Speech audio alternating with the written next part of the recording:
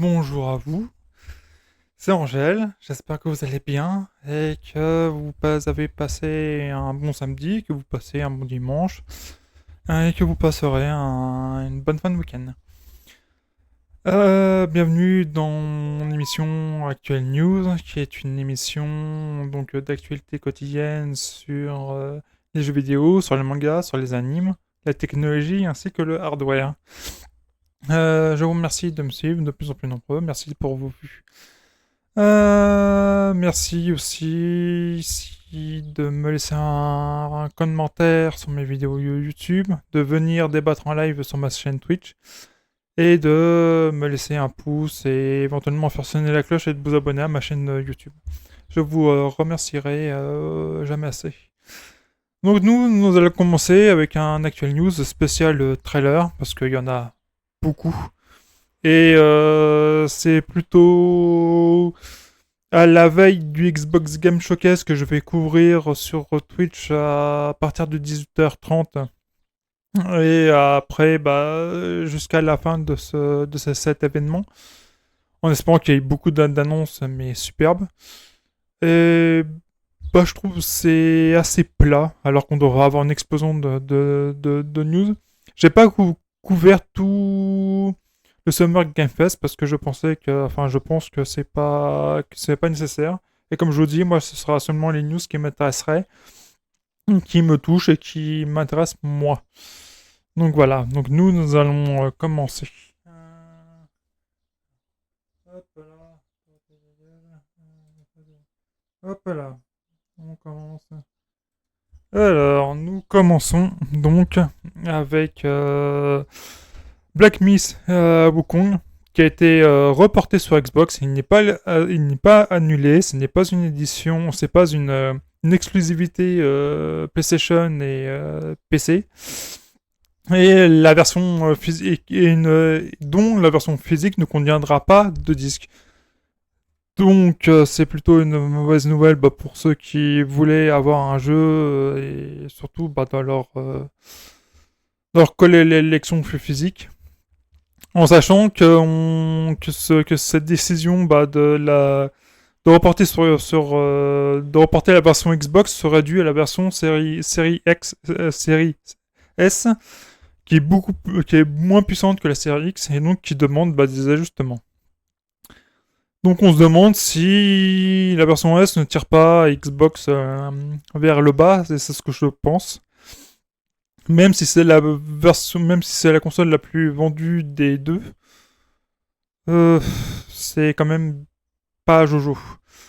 Ensuite, ils expliquent que par rapport à la version qui ne contient pas de disque, Game Science, donc le développeur du jeu, a expliqué que c'est engendré par des restrictions liées à l'export et à la distribution. Des limitations sont aussi en vigueur car il s'agit de la première sortie mondiale du studio. Donc je pense qu'ils ne pouvaient pas trop non plus s'attarder sur ça et donc j'espère que plus tard on aura une version vraiment physique brute de ce jeu que j'attends plus. Enfin un des jeux que j'attends plus. Ensuite nous partons avec un jeu, un FPS ultra réaliste, ou je pourrais dire plutôt ultra photoréaliste, car Bodycam fait son lancement avec un trailer de gameplay. Je connais le jeu, je connais ce qu'il a à offrir, donc c'est-à-dire une expérience ultra réaliste avec des textures, un ragdoll absolument photoréaliste. Même à beaucoup trop pour certains, ça je pourrais le comprendre. Donc il y aura du team deathmatch, donc du jeu à mort en équipe jusqu'à 10 joueurs, du body bomb, donc du 5 contre 5. Pour le reste, c'est une expérience nerveuse avec des graphismes photoréalistes un peu à la manière d'un Unrecord, qui avait fait le buzz d'ailleurs. En sachant qu'il est désormais disponible sur PC via Steam en accès anticipé. Donc vous pouvez très bien aller acheter ce jeu-là tout de suite et vous faire une idée. Moi, c'est ce que j'ai fait. S'il pèse pas trop lourd et que son prix est raisonnable, oui. Et puis je le testerai sur Twitch en live. Ensuite, nous allons de trailer à trailer. Là, c'est le moment. Donc, Borderlands, le film, s'offre un autre trailer qui devrait sortir en salle, enfin, qui va sortir en salle le 7 août, donc de cette année 2024. Et là, bah, on a un autre trailer qui, bah, je vous laisse aller le voir, et qui est plutôt moumou.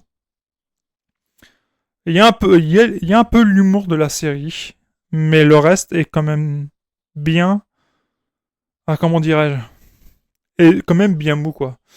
Les gunfights dans Borderlands sont quand même assez nerveux. Il y a quand même, on se tape pas des vagues d'ennemis qu'on peut voir sur le trailer.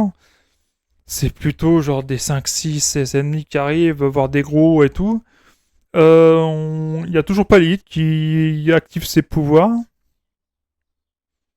On les voit quand alors que logiquement, elle a le pouvoir de se rendre invisible et puis de frapper les ennemis dans son monde astral, on va dire. Là, on le voit pas. Elle a des tatouages, mais ces tatouages, logiquement, s'activent quand... Enfin, ces tatouages se font plus voir, en tout cas, dès qu'elle active ses pouvoirs. Là, rien. C'est bizarre. Pourtant, on la voit bah, nettoyer, je ne sais pas quoi, enfin, d'abattre je ne sais pas combien d'ennemis avec ses flingues.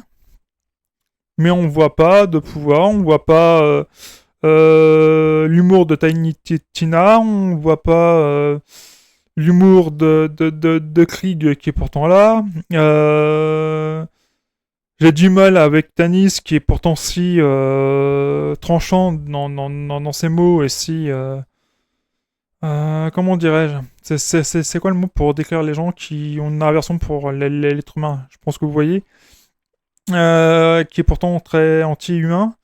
Là, je la retrouve pas, quoi. C'est bizarre. Je vais le voir quand même au Cinoche. Mais ça me paraît bizarre, quoi, ce film. Donc à voir quand même. Ensuite, bah, nous partons les animés, particulièrement dans les trailers, comme je vous ai dit.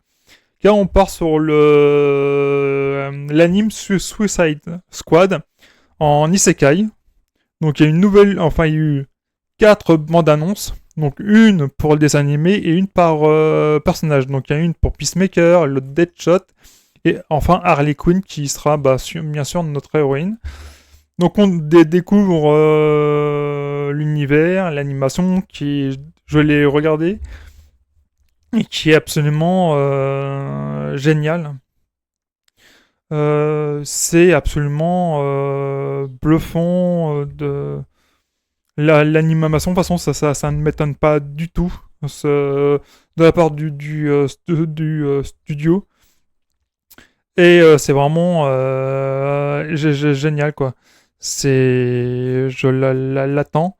En sachant que c'est Wit Studio, donc voilà, ça veut tout dire. Et cet anime, je pense qu'il est dans... Voilà. Il démarre le 5 juillet 2024 au Japon. Donc avec une date plus tard en France. On voit aussi le personnage qui va interpréter Harley Quinn dans le monde Isekai. Donc c'est une blonde, tout le contraire d'Harley Quinn. Je dirais, elle est habillée en robe, très chicos et tout. Dans le trailer. Après, il y a beaucoup de zones d'ombre. Comment elle va se retrouver dans le monde d'Harley Quinn, on sait pas. En tout cas, il y aura 10 épisodes. Je trouve ça short. Qui démarre le 5 juillet au Japon. C'est considéré comme de l'action aventure, comédie, fantasy. Et entre parenthèses, un isekai. Donc j'ai hâte de savoir quel est le degré d'isekai et est-ce que la personne que l'on voit qui est en robe va être transportée dans le monde d'Harley Quinn en sachant que qu'Harley Quinn c'est un pseudo, donc est-ce qu'elle va se mettre dans la peau de la personne qui va créer après Harley Quinn et elles vont vivre elle va vivre une aventure notamment d'amour très toxique avec le Joker, on le rappelle. Ou est-ce qu'elle va rêver? On n'en sait rien pour l'instant, donc voilà. Alors je vous dis ça par rapport au trailer, hein. Ensuite, bah, nous reparlons de Code Geass Rosé of the Recapture, donc le trailer 3, qui, qui est beaucoup plus dynamique que les autres. Là, on présente beaucoup plus de scènes d'action. On présente une otage en danger de mort avec l'un des héros qui se prépare à la battre d'une balle. On nous présente les mêmes mechas, on nous présente... Enfin, on nous présente... On voit comment ils bougent, un peu ce qu'ils ont en habilité, leurs armes. Donc c'est pareil, c'est une série que j'attends. Et, et le prochain... et la sortie prévue est le 21 juin 2024 en stream sur Disney+. Donc le jour de l'été, le jour du DLC d'Elden Ring, je pense que je vais faire... je pense que mon choix va être vite fait, c'est le DLC d'Elden Ring d'abord et après peut-être que Code Geass. Et voir peut-être même le DLC d'Elden Ring, la musique et après ce jeu. Enfin, et après cet anime. Enfin, vous voyez ce que je veux dire. Ensuite, on termine par l'idole de mon enfance, à savoir Goldorak en France, hein, ou Glen Deezer pour le reste de la planète. S'offre un deuxième trailer, donc Glen Deezer You. S'offre un deuxième trailer avec beaucoup plus d'images et de personnages présentés. On nous présente enfin la patrouille des aigles, ou du moins leur vaisseaux qui, je vous rappelle, aident Actarus dans le premier anime. Ils peuvent se fusionner avec le Goldorak pour permettre notamment Goldorak de pouvoir traverser les souterrains avec une foreuse qui lui permet d'être comme une taupe. Il peut voler grâce à Alcor et son vaisseau. Et avec et un autre qui lui permet de plonger dans la mer. Et donc là on nous présente là on nous montre enfin ces trois vaisseaux iconiques qui sont aussi iconiques pour moi que le robot. Mais après est-ce qu'on aura le Cosmorac, donc à savoir le vaisseau intergalactique de Goldorak. On n'en sait rien et donc c'est ce que j'attends. Donc on voit aussi le chara design, le mecha design qui a changé. On n'est plus vraiment sur du Golgoth comme on avait connu. Ça a très comment dirais-je, ça a rajeuni très sévèrement. Et là on se retrouve avec des héros qui ont 16 ans alors que sur la série originale on se retrouve quand même avec des héros qui ont quand même allez je dirais 30 voire 40. Ah c'est ça qui me fait un peu tiquer quoi, voir des... Je sais pas, moi à mon âge ça dérangeait pas du tout que mes héros soient plus âgés que moi. Là, j'ai l'impression que ça te dérange, qu'on est dans une génération où il y a il y a un côté dérangeant à ça, quoi. Donc, ou du moins, c'est comme ça que je pense. Du... Mais on se retrouve aussi avec, notamment, comme vous voyez là, je sais pas si c'est Mazinger ou Great Mazinger, mais on se retrouve avec le mecha que logiquement Alcor pilote. Donc, puisqu'il va piloter son avion, est-ce qu'il va aussi piloter lui? Ou est-ce que ce sera un autre personnage? Est-ce qu'il va aider Goldorak? Voilà. Donc, je voulais terminer ça sur l'anime de mon en enfance qui va revenir dans un reboot. Et ce reboot va être diffusé à partir du 5 juillet 2024. Donc c'est considéré comme d'un shonen, action, tranche de vie, mecha, science-fiction. Exactement, et en sachant que le premier Goldorak qui est sorti en 1975 au Japon. Donc dans un an, il va fêter ses 50, ses 50 ans. Bah écoutez, on lui fêtera son anniversaire comme il faut. Et, et apparemment, il reprendra même les noms, comment dirais-je, les noms japonais. Donc est-ce qu'en France, on va traduire les noms japonais en France pour avoir comment ça s'appelle, un repère, ou est-ce qu'on va garder, vu que c'est un reboot, est-ce qu'on va garder quand même les noms japonais aussi. Aussi, il y a une grosse interrogation. Donc c'est sur ça que je vous laisse, les enfants. J'espère que ça a été pour vous.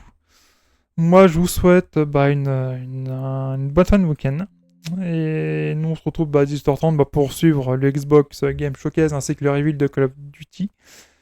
Et je vous souhaite une bonne fin de week-end. Je vous envoie plein de bisous, plein d'ondes positives et d'énergie. Au revoir à vous.